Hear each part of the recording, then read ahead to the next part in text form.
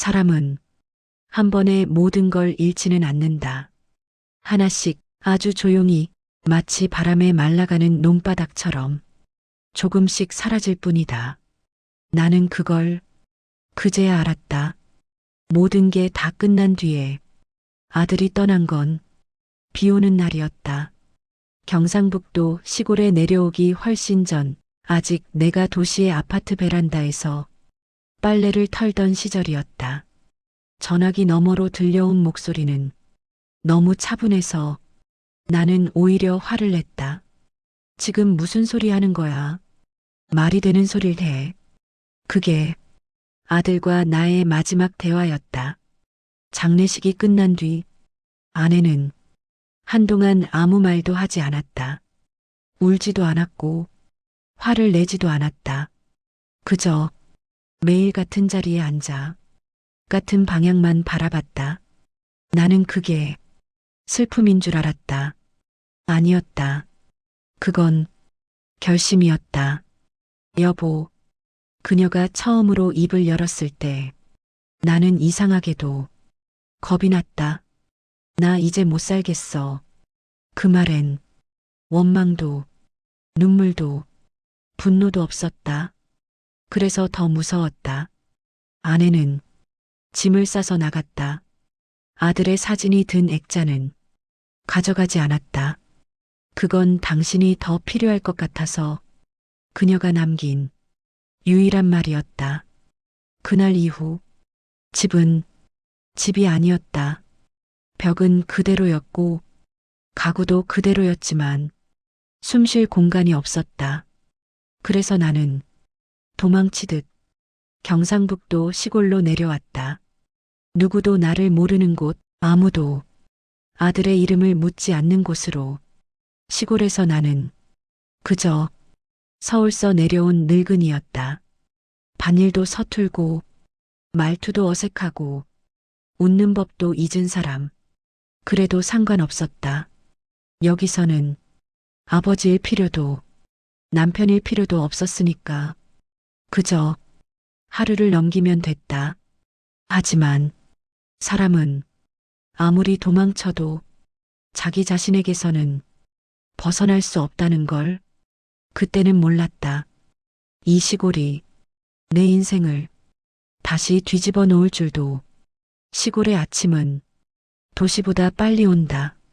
알람이 울리기도 전에 닭이 울고 개가 짖고 논에서 올라온 안개가 마을을 천천히 삼킨다. 나는 그 안개 속에서 매일 깼다. 누가 깨운 것도 아니고 어디로 가야 할 곳도 없었지만 그냥 눈이 떠졌다. 살아있으니까. 처음엔 시골이 싫었다. 아니, 싫다기보다 견딜 수 없었다. 사람들은 나를 부를 때 이름 대신 서울 양반이라고 했다. 서울 양반, 밭일은 할 줄 아시나? 서울 양반, 손이 너무 곱네. 그 말 속엔 친절보다 경계가 더 많았다.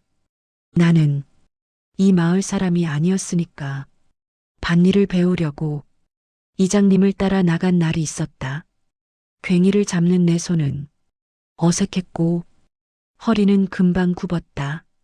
흙은 생각보다 무거웠다.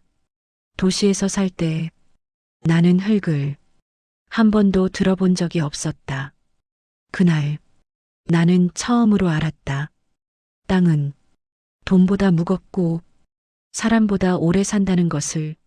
점심때가 되면 마을 사람들은 논두렁에 앉아 막걸리를 나눠 마셨다. 나는 그 옆에 앉아 있었지만 그들의 대화 속에 끼지 못했다. 올해 벼농사 어찌 될까? 요즘 젊은 것들은 다 나가불었어.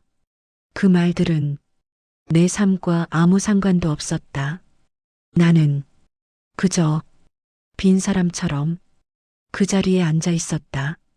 밤이 되면 더 힘들었다. 도시는 밤이 밝았지만 시골은 밤이 깊었다. 가로등 하나 없는 길, 개 짖는 소리, 멀리서 들려오는 기차 소리. 그 소리 속에서 나는 아들의 목소리를 들었다. 아버지, 누가 부른 것도 아닌데. 나는 벌떡 일어나 문을 열었다. 하지만 마당엔 바람만 있었다. 어느 날 마을 할머니가 나에게 말했다. 영감, 얼굴이 사람 얼굴이 아니네. 나는 웃었다. 원래 이런 얼굴입니다. 할머니는 고개를 저었다. 아니야. 사람 얼굴은 사람이랑 살 때 나오는 거야. 그 말이 이상하게 가슴에 박혔다. 나는 그날 밤 아내를 처음으로 떠올렸다. 아내의 얼굴은 기억보다 냄새로 먼저 떠올랐다. 부엌에서 나던 된장 냄새, 겨울 코트에 묻어있던 비 냄새, 잠들기 전 내 옆에서 들리던 숨소리, 그 모든 것이 지금은 없었다. 나는 깨달았다. 내가 시골에 내려온 이유는 새로운 삶을 살기 위해서가 아니라 기억에서 도망치기 위해서였다는 걸. 하지만 기억은 도망칠수록 더 크게 따라왔다. 그리고 그날 밤 내 인생을 바꾸는 첫 번째 사건이 일어났다. 마을 끝 폐가로 불리던 집에서 불빛이 켜진 것이다. 그 집은 10년 넘게 사람이 살지 않던 집이었다. 마을 사람들은 그 집을 귀신 나오는 집이라고 불렀다. 나는 이상하게도 그 집이 끌렸다. 마치 그 집이 나를 부르는 것처럼. 나는 천천히 그 집으로 걸어갔다. 그때는 몰랐다. 그 문을 여는 순간부터 내 인생이 완전히 다른 방향으로 흘러가게 될 줄은. 사람은 떠날 때 항상 이유를 다 말하지 않는다. 특히 오래 함께 산 사람일수록 더 그렇다. 아내는 아무 설명도 하지 않고 떠났지만 나는 이제 안다. 그건 충동이 아니었다는 걸. 시골의 밤은 사람을 정직하게 만든다. 불을 끄고 누우면 숨소리 말고는 아무것도 들리지 않는다. 그 속에서 나는 아내와의 시간을 하나씩 꺼내기 시작했다. 좋았던 날이 아니라 불편했던 날들부터. 아들은 우리 부부 사이에 완충제 같은 아이였다. 말이 없어도 셋이 있으면 그럭저럭 가족처럼 보였다. 하지만 아들이 사라진 뒤 우리 부부는 서로를 정면으로 마주보게 됐다. 그때부터였다. 아내는 내가 생각보다 외로운 사람이라는 걸 알고 있었다. 그래서 늘 먼저 말했다. 당신 오늘은 어땠어? 밥은 괜찮았어? 나는 늘 같은 대답을 했다. 괜찮아. 다들 그렇게 사는 거지. 그게 아내를 가장 외롭게 만든 말이었단 걸. 그땐 몰랐다. 아들의 장례가 끝난 뒤 아내는 밤마다 잠을 설치며 무언가를 적었다. 나는 그걸 묻지 않았다. 괜히 더 아프게 건드릴까봐. 아니었다. 나는 두려웠다. 그 종이에 내가 모르는 아내의 마음이 가득 적혀 있을까봐. 시골로 내려오기 전날 아내는 식탁 위에 하나의 봉투를 두고 갔다. 그땐 열어보지 않았다. 나중에 봐도 되겠지. 그 나중이 이렇게 늦을 줄은 몰랐다. 나는 그 봉투를 시골집 장롱 깊숙이 처박아 두었다. 열면 무너질 것 같아서. 하지만 폐가에서 불빛을 본 그날 밤 나는 이상하게도 그 봉투가 떠올랐다. 다음 날 아침 나는 장롱을 열었다. 봉투는 생각보다 가벼웠다. 안에는 편지 한 장과 통장 사본 하나가 들어 있었다. 편지에는 짧게 적혀 있었다. 당신은 늘 참고 산다고 말했지만 나는 늘 혼자 살았어요. 아들이 떠난 날 나는 남편도 함께 떠났다는 걸 알았어요. 글씨는 흔들리지 않았다. 이미 수없이 마음속으로 써내려간 글 같았다. 통장 사보니 이름은 아들의 이름이었다. 잔액은 내가 생각한 것보다 훨씬 많았다. 그리고 메모란에 한 줄이 적혀 있었다. 아버지 노후 대비. 그 순간 나는 의자에 주저앉았다. 아들은 나보다 내 미래를 더 걱정하고 있었다. 나는 아들에게 한 번도 그런 말을 한 적이 없는데 아버지는 괜찮다. 신경 쓰지 마라. 그 말들이 얼마나 무책임했는지 이제야 알았다. 그날 오후 마을 이장이 나를 찾아왔다. 영감, 그 패가 말이야. 그의 표정이 심상치 않았다. 사람 하나 살고 있는 것 같아. 나는 고개를 들었다. 폐가의 불빛, 아내의 편지, 아들의 통장, 모든 것이 하나의 선으로 이어지는 느낌이 들었다. 나는 조용히 말했다. 이장님, 그 집, 제가 한번 가보겠습니다.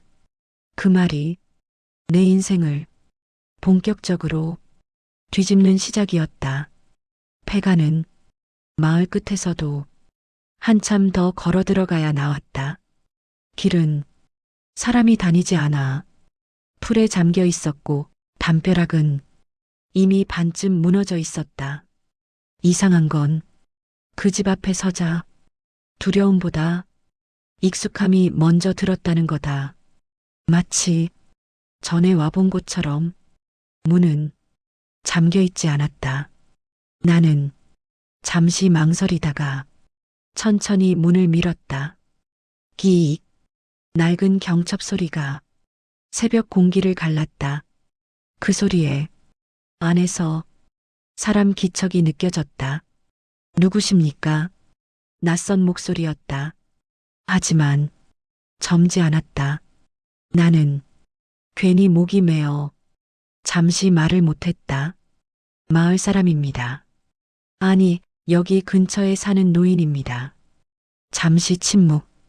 그리고 안쪽에서 불빛이 더 밝아졌다. 그는 쉰이 훌쩍 넘어 보이는 중년 남자였다. 손은 거칠었고 눈은 지나치게 차분했다. 그가 먼저 말했다. 혹시 아버지십니까? 그 이름을 여기서 들을 줄은 상상도 못했다.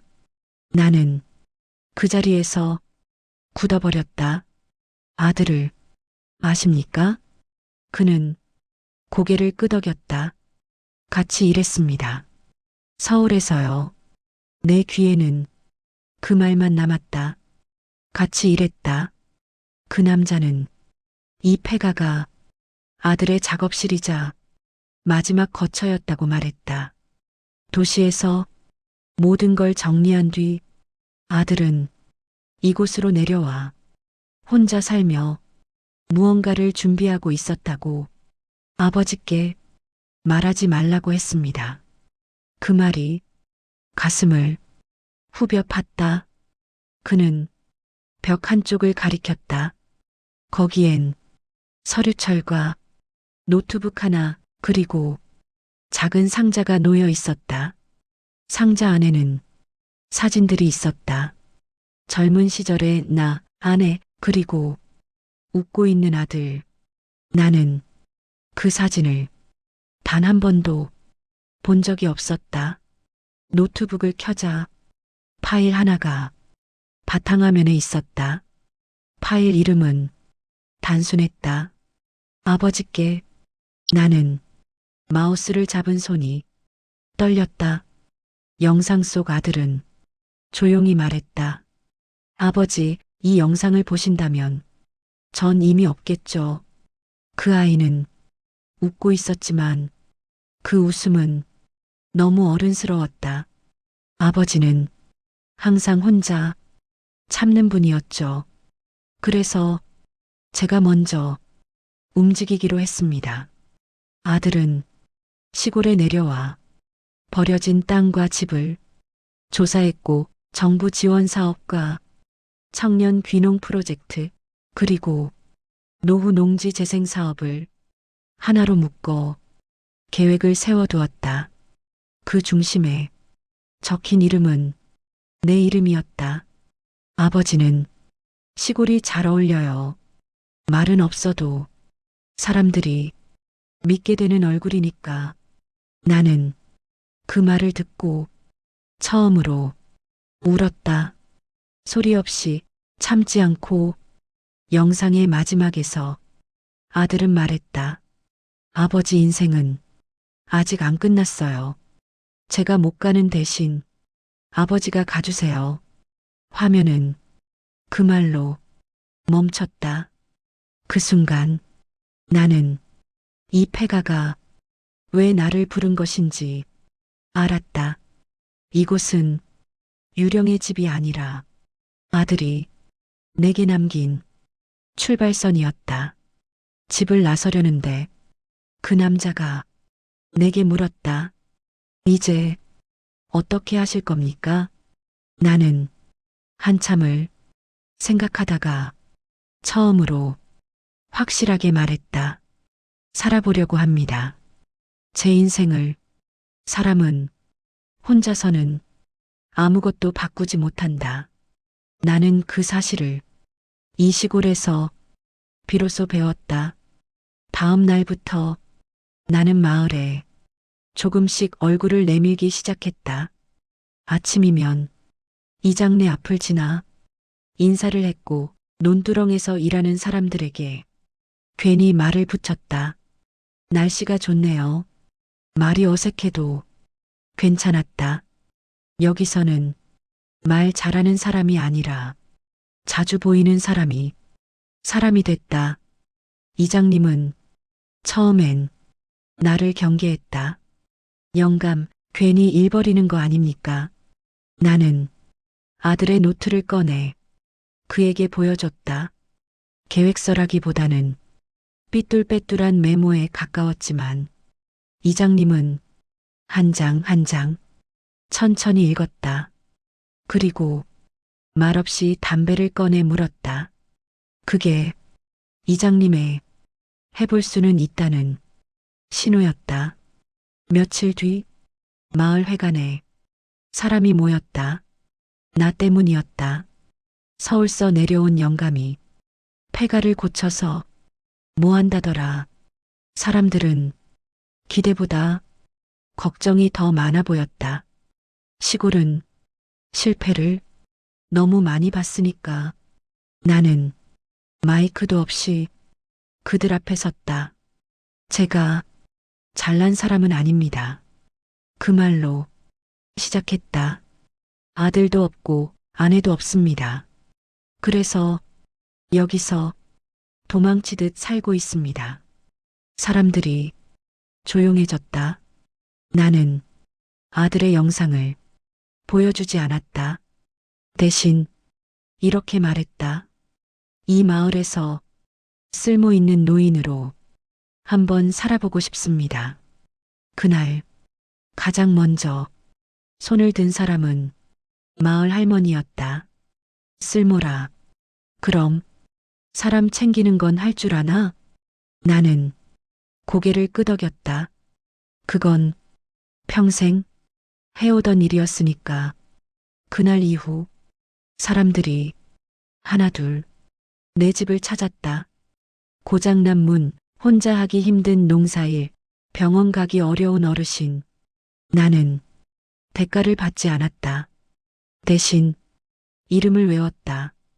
시골에서는 그게 가장 큰 거래였다. 폐가는 조금씩 변해갔다.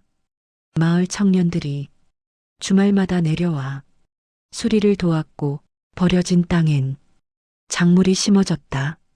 아들의 계획은 사람들의 손으로 현실이 되어갔다. 어느 날 낯선 여자가 마을에 들어왔다. 도시 옷차림, 조심스러운 눈빛. 그 여자는 나를 보고 멈춰섰다. 나는 한눈에 알아봤다. 아내였다. 그녀는 말하지 않았다. 다만 폐가가 아닌 사람들 속에 있는 나를 한참 동안 바라봤다. 그 눈빛엔 놀람과 후회와 망설임이 섞여 있었다. 그날 밤 나는 잠들지 못했다. 사람들 속에 들어왔지만 가장 어려운 사람은 아직 만나지 못했으니까. 아내는 마을회관 앞 벤치에 앉아 있었다. 사람들이 다 돌아간 뒤였다. 저녁바람이 논을 스치고 해는 이미 산 너머로 내려가고 있었다. 우리는 한동안 아무 말도 하지 않았다. 내가 먼저 입을 열었다. 여기까지 어떻게 왔어? 아내는 내가 묻지 않은 걸 고마워하는 표정이었다. 그냥 한번 보고 싶었어. 그 보고 싶다는 말에 원망은 없었다. 그래서 더 아팠다. 아내는 폐가 쪽을 바라보며 말했다. 당신 여기서도 혼자 버티고 살 줄 알았어. 나는 고개를 저었다. 이번엔 좀 다르게 살고 있어. 그 말이 나 스스로에게도 낯설었다. 아내는 내 얼굴을 오래 바라보다가 조용히 말했다. 당신 얼굴이 사람 얼굴이 됐네. 그 말에 나는 웃지도 부정하지도 못했다. 산부에서 들었던 그 할머니 말이 그대로 떠올랐기 때문이다. 아내는 아들의 통장 얘기를 꺼냈다. 그 아이가 나한테도 같은 통장 얘기를 했어. 나는 그제야 알았다. 아들은 우리 둘을 각각 설득하고 있었던 거다. 서로에게 말하지 않게 한 채로 나는 도망친 거야. 아내가 말했다. 아들 잃고 당신까지 잃을까봐. 나는 처음으로 그녀의 손을 잡았다. 예전처럼 붙잡는 손이 아니라 확인하는 손이었다. 그날 밤 이장님과 군청 사람이 함께 찾아왔다. 폐가 재생 사업이 정식으로 검토 대상에 올랐다는 소식이었다. 조건은 하나였다. 책임질 대표자. 이장님은 내 이름을 말했다. 나는 그 자리에서 결정을 내리지 않았다. 아내에게 물었다. 당신은 어떻게 생각해? 그녀는 잠시 생각하더니 이렇게 말했다. 이번엔 당신이 당신 인생을 선택해. 그 말은 응원이 아니라 허락 같았다. 며칠 뒤 나는 서류에 도장을 찍었다. 마을 사람들, 행정, 그리고 아들의 계획, 모든 것이 한 점으로 모였다. 그날 나는 처음으로 아버지도 남편도 아닌 나 자신이 됐다. 밤에 혼자 앉아 아들의 영상을 다시 틀었다. 이번엔 울지 않았다. 고맙다. 그 말만 조용히 했다. 그리고 나는 알았다.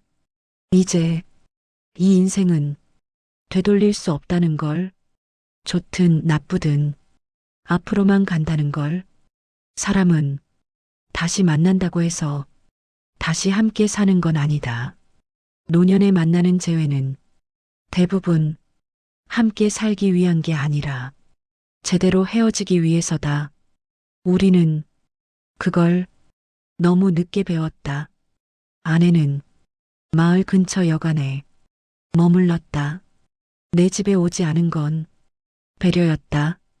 예전 같았으면 그게 서운했을 텐데 그날은 고마웠다. 우리는 하루에 한 번씩 같이 걸었다. 논길을 따라 마을 끝까지. 말은 많지 않았다. 노년의 대화는 설명이 아니라 확인에 가까웠다. 당신은 왜 그렇게 아무 말도 안 했어? 아내가 먼저 물었다. 나는 한참을 걷다가 답했다. 말하면 무너질까봐. 그게 진짜 이유였다. 아내는 쓴웃음을 지었다. 나는 당신이 무너질까봐 기다리다. 내가 먼저 무너졌어. 그 말은 원망이 아니었다. 사실에 가까웠다. 우리는 아들 이야기를 많이 하지 않았다. 이미 너무 많이 떠나보냈으니까. 대신 서로의 노후를 물었다. 앞으로 어떻게 살 생각이야? 나는 폐가 쪽을 바라봤다. 여기서 사람들하고 살려고. 아내는 잠시 침묵하다가 고개를 끄덕였다. 그럼 난 여기까지만 올게. 그 말에 가슴이 철렁했지만 붙잡지 않았다. 그건 도망이 아니라 선택이었으니까. 마지막 날 아내는 내 손에 작은 수첩을 쥐어줬다.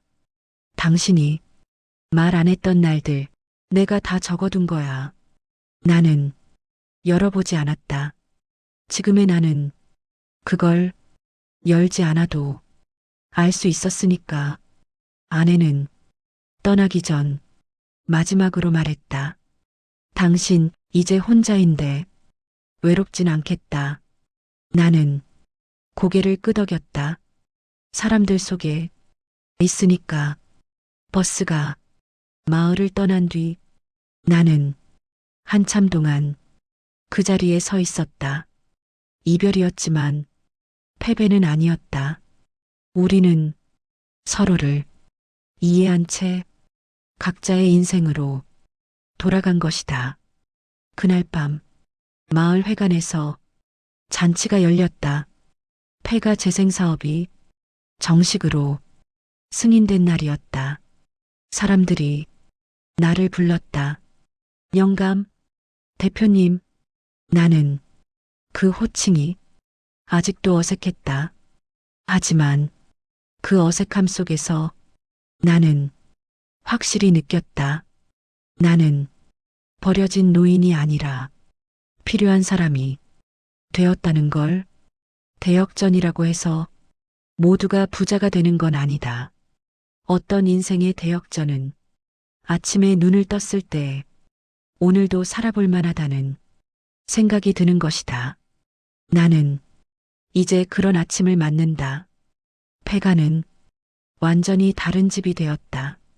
마을 사람들은 그 집을 이제 폐가라고 부르지 않았다. 영감네 집, 사람 모이는데. 그 말이 나를 살게 했다.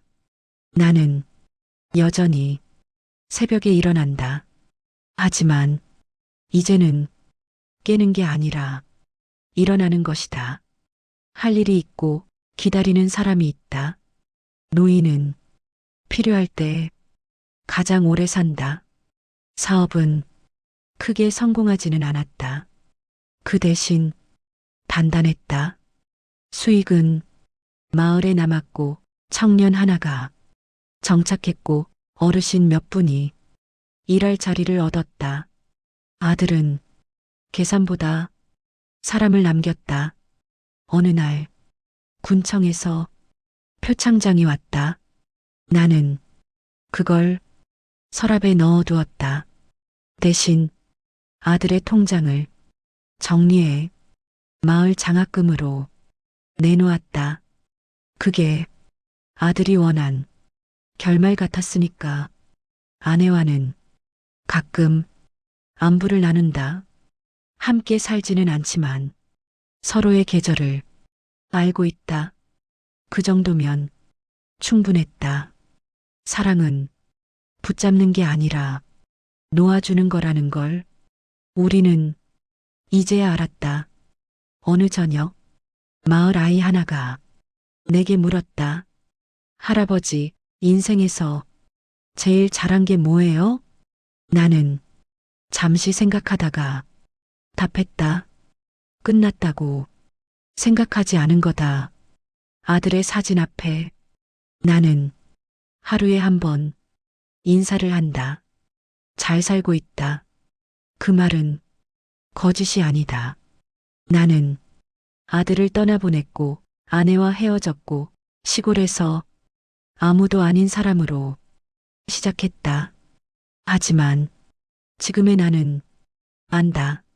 인생은 한 번만 역전되는 게 아니라 살아있는 동안 계속 선택되는 것이라는 걸 이 이야기가 누군가에게 작게라도 말해주었으면 한다. 늦었다고 생각하는 순간이 가장 빠른 때라는 걸